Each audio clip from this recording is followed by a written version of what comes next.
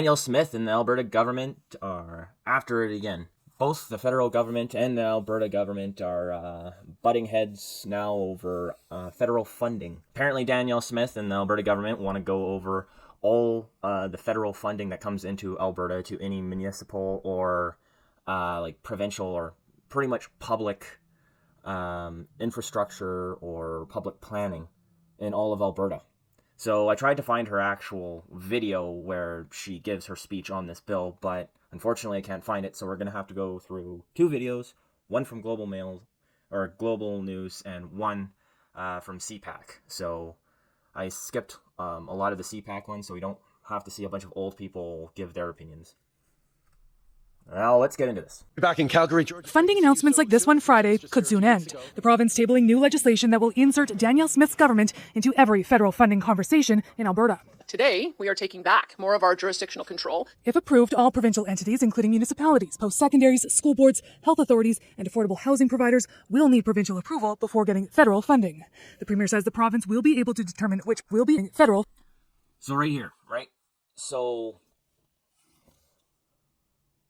all of these, the municipalities, post-secondary institutions, school boards, Crown, so pretty much all the governmental organizations in the province of Alberta, the Premier and her, all right, let's not say minions, but pretty much the Alberta government is going to go through all of the accounting of federal funding that comes, or, well, that's requested from these institutions.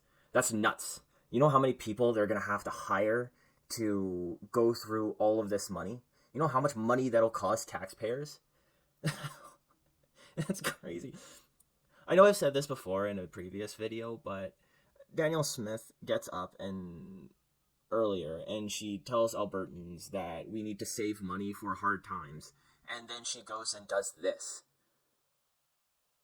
This is such a complete waste of time, and I'm pretty sure you're going to see why in a bit. Funding. The Premier says the province will be able to determine which projects are, quote, problematic. And then we'll be able to collate that, be able to have those rise to the top, be able to assess whether they are offside with the approach that we want to take. Essentially, what this government will be doing is wrapping each and every... Yeah. Rachel Notley, I'm just skipping you. Because you did such a great job running this province. So let's see what the federal government has to say about this. I work on this issue in Quebec. It slows down agreements being developed. It keeps money out of communities. It adds a whole bureaucracy. Albertans don't need it. Different in Alberta. And see, he's the one time I agree with a liberal politician there. She's adding so much red tape to all of this money coming into Alberta. And that's our tax dollars right there. Our federal tax dollars that go to the government. It's either going to be delayed coming back to us, because the provincial government wants to make sure it aligns with their ideals and their views and where they want to go. Hey, how about these institutions? Like, they need the money, or if they can get it, they can decide whether it's risky enough to get the money from the federal government and then take the blowback from the public if what they have to do to get that money is like terrible or horrible, or like, is it worth the risk? So I don't think that's for the government to decide. If the municipalities want to take it, then take it, especially when that's our money. The provincial government has no right to do this. Quebec's law does not cover post-secondaries, which often go to the federal government for research grants. There's a lot of long-standing agreements that exist between Ottawa and the various research institutes in this province. One hopes that collaboration and those funds aren't halted because of this new process, but only time will tell. Edmonton Mayor Amarjeet Sohi says the proposal is unnecessary and that it will stifle economic growth. With the federal support during the pandemic, we were able to build close to 600 supportive housing units directly working with federal government without any support from the provincial government. The province says it will meet with stakeholders, including cities and universities, in the coming months, with plans to enact the legislation in 2025. And see, that's exactly what's going to happen.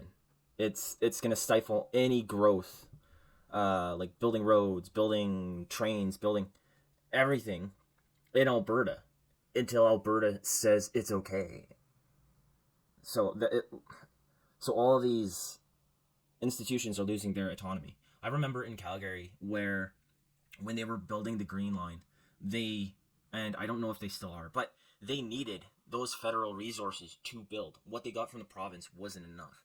So can you imagine if the province said, oh no, what the federal government wants from Calgary is not aligning with our ideals, then the Greenbelt would never be built. Or it would be halted for who knows how many years. But let's go to CPAC and then maybe see a little bit more of Danielle Smith's version of what this is, rather than just taking global news. So this is primetime CPAC, and I believe this is when they were interviewing Danielle Smith about this bill, and let's see what she has to say about it. We recognize that Canadians need help and support and investment and don't so much care about, whose responsibility it is first and foremost. They just want it to get done. And that's why we are there to work hand in hand in full respect with those provinces who want to solve the problem and ask those provinces that don't want to solve the problem to just get out of the way while we solve that problem that Canadians are facing. Well, yeah, Justin Trudeau, what infrastructure have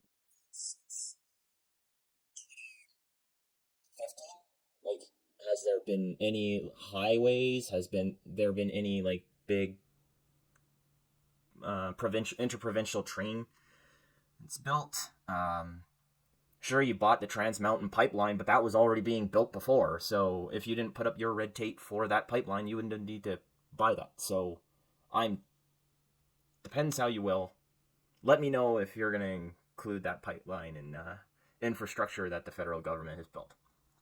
Also, if you have the time and you like this, like and subscribe, because that would be awesome.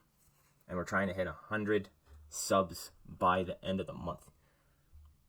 Happy to say that we are joined in studio today by the Alberta Premier. Danielle Smith, thank you for joining us. My pleasure. I'll begin with what we heard from the Prime Minister, saying that Canadians don't really care about who pays for something so long as it's solving problems. What's your reaction to what you heard from Justin Trudeau? Look, I think that people expect fairness out of their federal government. And so when you have a couple of provinces where the federal government deals directly with the premiers and they're able to jointly make an announcement that benefits all municipalities, I think most people think that's pretty fair. That's not what they're doing in Alberta. They're pitting one community against another. They're pitting urban against rural. They're making the municipalities try to jump through hoops to be able to access this funding, and they're not working with us in partnership. So then the municipalities and everybody will just decline.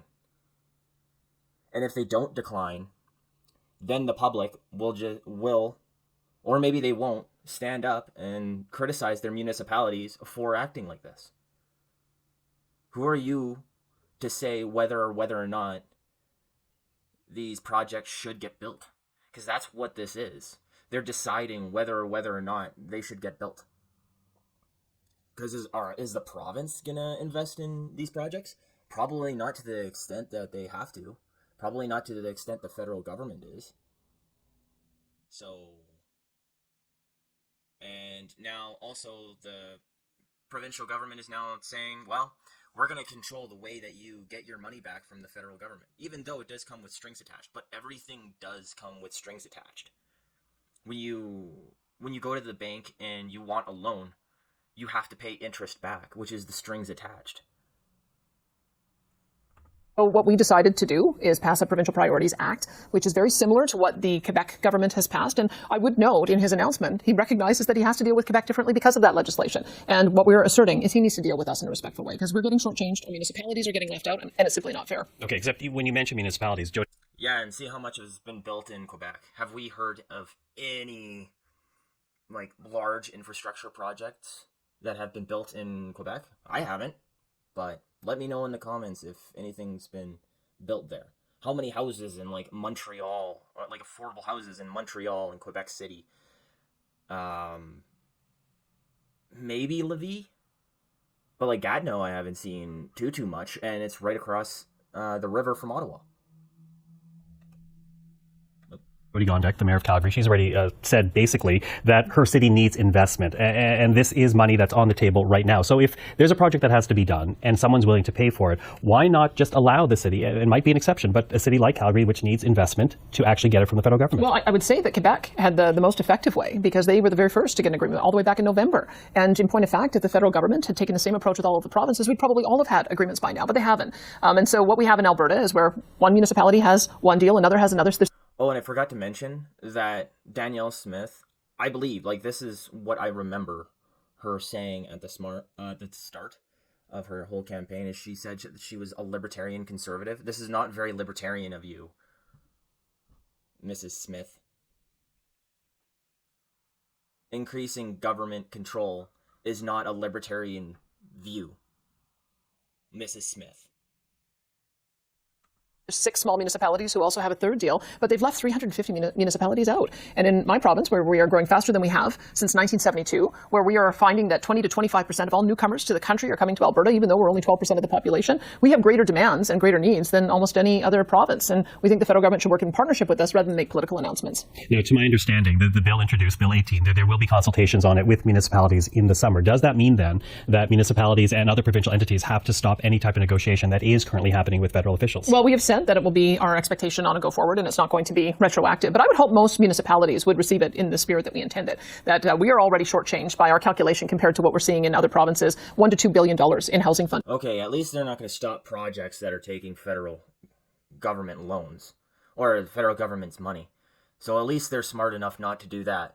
But they're not smart enough to not waste our money on bureaucracy and this. I don't know if you can tell, but this is really irritating me.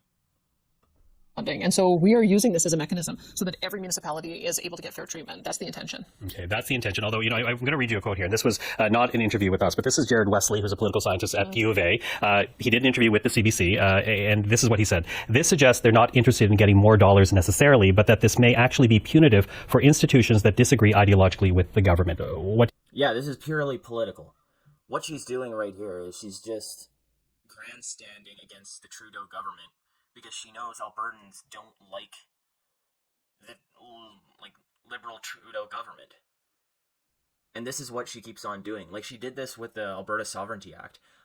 When that first came through, I thought that was like a pretty good thing, right? I thought that was pretty smart to have like an own act to theoretically stop a federal law that we don't agree with in Alberta. It gives us sovereignty. And then guess what? The carbon tax increases, and then Danielle Smith comes out and she's like, well, there's nothing I can do about it. I'm not going to tell companies not to pay this carbon tax. We have a different system, so there's nothing we can do. The Sovereignty Act, what it does is it just allows us to show the federal government that we mean business.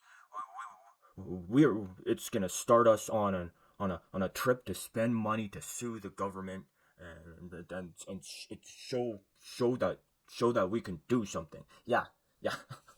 What did it do? Nothing. It's just grandstanding. It's just useless piece of paper that they put forward. Like, at least in Saskatchewan.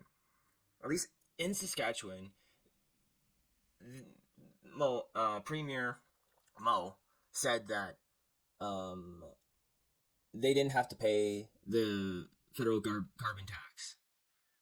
So, like, at least the Saskatchewan government did that. And they didn't need some sovereignty act to do it. They were just like, this is stupid. Okay, we're not going to collect this carbon tax from you. Boom. Alberta? No, we're going to... Whatever. Let's continue, or else I'll just rant on this. What do you say to that? Look, we have done a cursory review of various agreements that we have. We've got 14,000 agreements. The ones that are potentially problematic are only about 800. Because where we find that we have a difference of opinion on with the federal government is their speed with which they want to achieve a net zero target. We believe that we can be aligned if we go on a 2050 net zero target. We have a difference of opinion as well on the issue of safe supply. We don't support it because we support an approach that puts recovery first. So those are the kind of things that we are potentially looking at as being problematic. But I don't think the federal government should be using its federal spending power power to come into provincial agencies that we fund and we establish through legislation to try to circumvent our policy priorities. That's all that this is about. And on areas where we can work collaboratively, and I think that we have demonstrated that we can. We've worked together on a healthcare deal, which we did collaboratively. That's the thing I find the most frustrating, is they know how to do. Well, both of those, the provincial government controls anyways. Like, that doesn't make sense. The provincial government controls our healthcare. The federal government does not. So, that's a provincial thing. So, that's moot. And what else did she say? Sorry, I'm gonna have to go back. I don't think the federal government should be using its federal spending power. Federal government is their speed with which they want to achieve a net zero target. Oh, yeah. Their carbon tax and when they want to implement. Like I said, they haven't prevented the carbon tax from coming in. What will preventing money from the federal government coming in do? Like, sure, I don't know, like, all the background deals that go on, but stuff in the immediate, this isn't gonna change. This is a useless bureaucracy creating bill. And we're gonna see that. It's the exact same thing as the Sovereignty Act. They know how to do this right. They should do it right in the spirit of cooperative federalism. Do you see this as a purposeful tactic on behalf of the federal government, rather than, Calgary's expressing a need, Edmonton's expressing a need, let's try to figure this out with municipalities? Or do you think it's far more to undermine your government? Well, all I can say is that they have demonstrated that when they want to work with us, that they do work with us. There are some ministers who I think we have a very good relationship with. This has been an anomaly, and maybe it's because they're facing pressure from the opposition party, so they feel they have to be in a mad rush, and so they're short-circuiting an appropriate process. But it's not acceptable, because what we need to do is we need to address what the need is and make sure that we're funding the municipalities who need the support in a way that brings both federal and provincial dollars to the table at the same time, as opposed.